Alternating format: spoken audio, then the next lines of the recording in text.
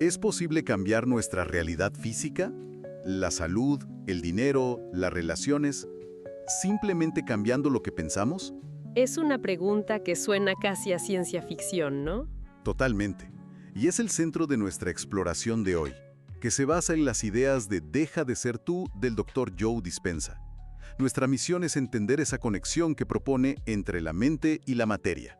Y ver si de verdad podemos, como dice el título, dejar de ser la persona que hemos sido para convertirnos en la que queremos ser. Me parece una idea fascinante, porque confronta algo muy arraigado, la separación entre nuestro mundo interior, el de los pensamientos, y el mundo exterior. Exacto, el de los hechos. El libro argumenta que esa pared en realidad no es tan sólida como creemos.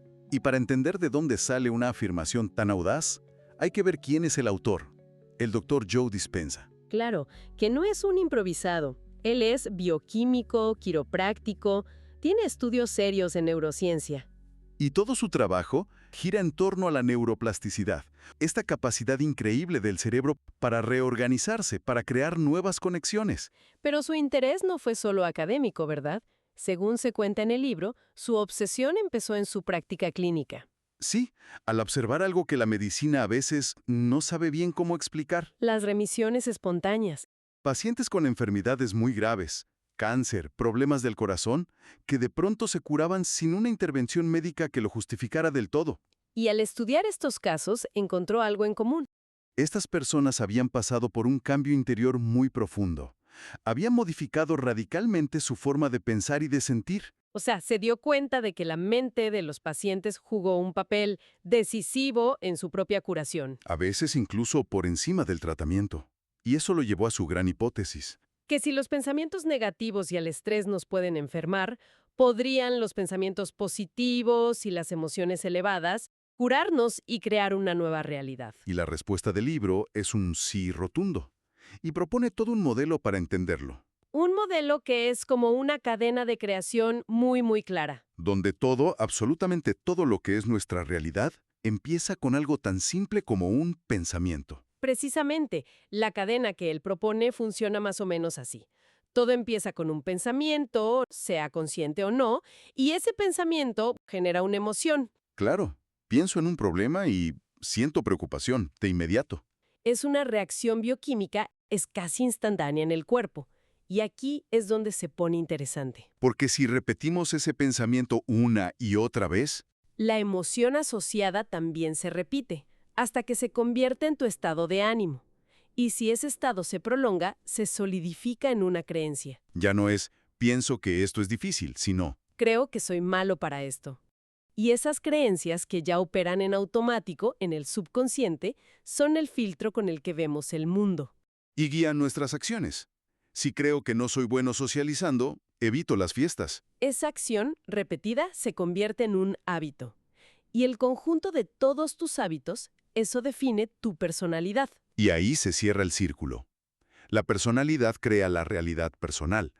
La persona que cree que es tímida y tiene el hábito de aislarse, vive una realidad de soledad. Y lo increíble es que todo ese edificio se construyó sobre un simple pensamiento original. Aquí es donde entra uno de los villanos de la historia moderna, el estrés. Totalmente. Biológicamente, nuestro cuerpo está diseñado para periodos muy cortos de estrés. La famosa respuesta de lucha o huida. Claro, aparece un depredador, el cuerpo se inunda de adrenalina, de cortisol, para correr o pelear, y en cuanto pasa el peligro, volvemos a la calma. Es un sistema de emergencia brillante. El problema es que hoy hemos convertido ese sistema de emergencia en nuestro estado normal de operación. Ya no nos persigue un león, pero vivimos bajo la amenaza de un correo, de una fecha de entrega, del tráfico. Y activamos la respuesta de estrés, pero solo con pensar en el pasado o en el futuro. Y vivir en ese estado de emergencia crónico es devastador para el cuerpo. El libro es muy claro en esto. Es la causa raíz de muchísimas enfermedades de nuestra era. Infartos, trastornos autoinmunes. Nuestro propio pensamiento, al mantenernos en un estado de miedo y ansiedad, nos debilita y nos enferma. Lo que nos regresa a la gran pregunta de Dispensa. Si nuestros pensamientos tienen el poder de enfermarnos, ¿no podrían tener también el poder de sanarnos? Para entender cómo, tenemos que cambiar nuestra visión del universo. desmontar un modelo que ha dominado el pensamiento por siglos. El modelo de Newton y Descartes. Exacto, donde el universo era como una gran máquina de reloj, predecible, mecánico. Y donde la mente y la materia eran dos cosas completamente separadas. La famosa frase de Descartes, pienso, luego existo. La mente era como un fantasma observando la máquina del cuerpo, pero sin poder influir en ella. Éramos espectadores. Una realidad predeterminada. Y esa visión funcionó muy bien para explicar el mundo a gran escala. Pero a principios del siglo XX, Llega Einstein. llega un empleado de una oficina de patentes llamado Albert Einstein y publica una ecuación que lo cambia todo. E igual a mc². Y con 5 símbolos, esa pared que separaba energía y materia, se empieza a caer. Lo que Einstein demuestra es que son dos caras de la misma moneda. Deja de ser tú lo explica muy bien. Dice que si nos vamos al mundo subatómico, lo que vemos como materia sólida es en realidad un 99.9% de espacio vacío. Un campo vibrante de energía e información. El universo, en su nivel más fundamental, no es materia, sino energía, y nuestros pensamientos también son una forma de energía. Impulsos eléctricos en el cerebro. Entonces ya no suena tan loco pensar que uno puede influir en el otro. Pasamos del modelo newtoniano, de ser espectadores, al modelo cuántico. Donde la conciencia, el observador, tiene un papel activo. El simple acto de observar y enfocar la atención influye en ese campo de energía. Y colapsa las infinitas posibilidades en una realidad concreta. O sea que, en ese campo cuántico existen todas las realidades potenciales al mismo tiempo. La de estar sano, la de ser abundante, la de tener una relación increíble, todas existen como posibilidad. Y según Dispensa, al enfocar la mente con una intención clara y una emoción elevada, Seleccionamos una de esas posibilidades y la traemos a nuestra realidad. Dejamos de ser víctimas para ser creadores. esto suena muy teórico, pero el libro presenta experimentos que intentan demostrar que esto es medible, real. Sí, hay uno que es particularmente impactante, el del entrenamiento del bíceps. Es un ejemplo fantástico. Se organizaron 3 grupos de personas. El primero fue el gimnasio, entrenamiento físico, para fortalecer el bíceps. Ok, el método tradicional. El segundo grupo fue el de control. No hizo absolutamente nada. Y el tercer grupo tampoco movió un músculo, pero cada día se sentaban y visualizaban intensamente que estaban en el gimnasio, levantando pesas, sintiendo el músculo, el esfuerzo, con todo el detalle posible. ¿Me dices que un grupo entrenó de verdad y otro solo se lo imaginó? Los resultados tendrían que ser radicalmente distintos. Es lo que diría la lógica, ¿sí? Y en parte fue así. El grupo que fue al gimnasio aumentó su fuerza en un 40%. Pero aquí viene lo increíble. El grupo que solo visualizó el ejercicio, sin levantar ni una sola pesa, aumentó su fuerza en un 30%. Es casi lo mismo que el entrenamiento físico. Eso es asombroso.